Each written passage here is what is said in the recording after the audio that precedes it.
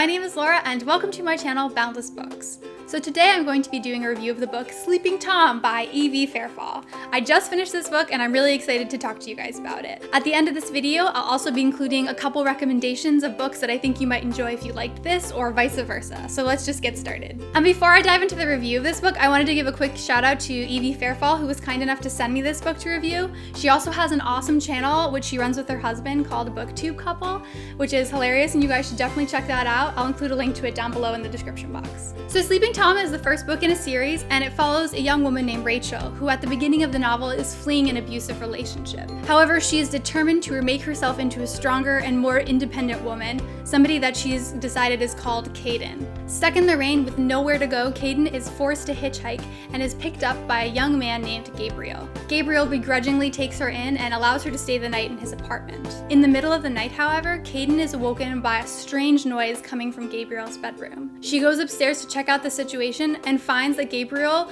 doesn't seem to know who she is completely confused and frightened, and only will answer to the name Tom. So this book is really all about identity crisis, both the identities that we choose for ourselves and those that we are kind of forced into. At the beginning of the novel, Caden remakes herself from the weak and dependent Rachel to someone who is strong-willed and daring, named Caden, while Gabriel struggles with an unwanted identity, one that emerges at night when he's at his weakest, sort of like a Dr. Jekyll, Mr. Hyde kind of situation. My favorite aspect of this book is Caden's discovery of Gabriel's alter ego, Tom. It's creepy in the best possible way. Tom's infantile personality only emerges at night, and the half shadows and half light combined with the fact that he's this strange half man make for some wonderfully eerie scenes. And throughout the beginning of this book, we are, along with Caden, trying to discover what exactly is going on with Gabriel. How much does he know about this alter ego, and who exactly is Tom? And this book definitely ends on a cliffhanger, and I'm extremely interested to see how the Gabriel-Tom situation plays out some more. I'm also intrigued to see how Caden's character grows in the next book. In this novel, she's really determined to make herself into this stronger person. I don't think she fully succeeds. There's still a couple moments where she becomes very dependent on Gabriel and allows his personality, which is strong enough for two people, get it, to kind of overtake her. And I'm really eager to see how her character grows and becomes even stronger in the next book. Overall, I give this book a 4 out of 5 stars. I love the exploration of identity in this book. Do we have no control over who we become in life? Are we like Tom and Gabriel, with aspects of our personality just taking over at will?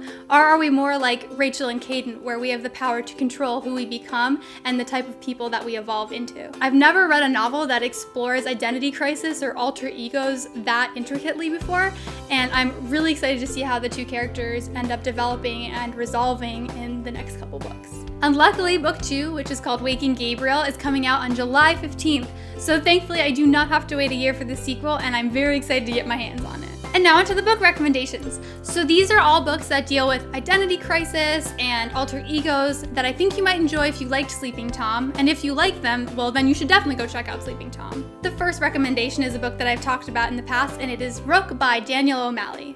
This novel starts with a young woman who does not know who she is, waking up in the rain surrounded by dead bodies. In her pocket, she finds a note that says that her name is Miffany Thomas and that if she wants to survive, she needs to follow the instructions in the letter. This novel, while the description that I've just given you sounds very serious, is actually quite comical and farcical.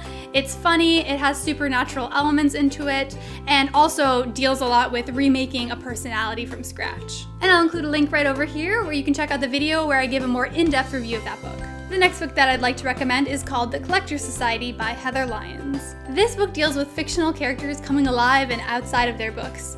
It follows Alice from Alice in Wonderland, who is now an adult and very scared and disillusioned because she believes that all the time that she spent in Wonderland was actually a delusion and that she might be insane. However, when Alice is approached by a mysterious gentleman and given the option to join a society of fictional characters, all set on protecting fictional stories from literally being robbed, she jumps at the opportunity. Throughout the course of the novel, Alice really struggles with who she is in real life versus who she was when she was in Wonderland, and whether that aspect of her personality from her time in Wonderland has any real place in her future. And then the last book that I'd like to recommend is Poison Princess by Kresley Cole. This novel follows a young woman named Evie Green who lives a seemingly charmed life in Louisiana. She's popular, has a wonderful boyfriend, a whole mess of friends, and also happens to suffer from hallucinations of apocalyptic events. However, when those apocalyptic events come to pass, Evie realizes that she was actually having visions of the future. She's also haunted by memories and visions of a life she never led. I don't want to talk too much about the identity crisis aspect of this book because I don't want to spoil it,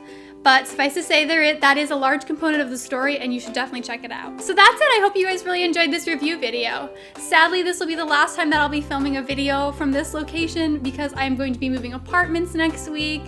So say goodbye to this awkward corner that I'm in. The setup will look a little bit different next time I film. Goodbye awkward corner, goodbye ugly parquet floor that you guys can't see, goodbye ugly blinds, and hello new apartment. So if you like this video, please be sure to give it a thumbs up. Please also be sure to subscribe if you have not already so you can stay up to date with all my latest content.